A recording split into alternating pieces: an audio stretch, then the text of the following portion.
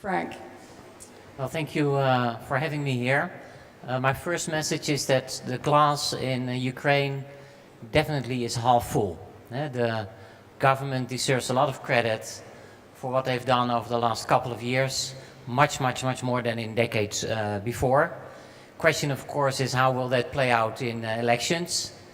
Well, Winston Churchill didn't run a campaign after he had won the Second World War, because he thought that the voters would reward him for that. And elections are never about the past, always about the future. So that's a bit of a sad thing for politicians, that you don't get a lot of votes for your track record, although it may help. The World Bank stepped in 2014 as the first IFI, and when President Jim Kim visited Kiev last year, he said it was the biggest bet we took, because we have confidence and we see the potential.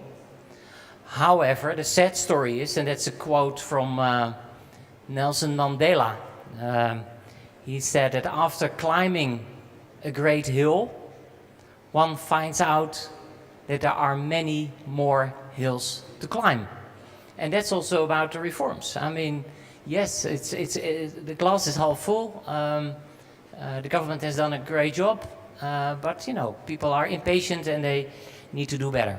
Finally, if you would have asked me before the summer, do you expect an incoming IMF mission in September, I would be hesitant. And also there, over the summer, a lot of positive things have happened. However, also here, the negotiations with the IMF, it's always about the last 5 minutes in any negotiations. And the World Bank and the EU will not provide additional financing without an agreement of the IMF. And with the large external financing need of the government, these are also very, let me put it diplomatic, very interesting times. But I'm more hopeful now than I was before.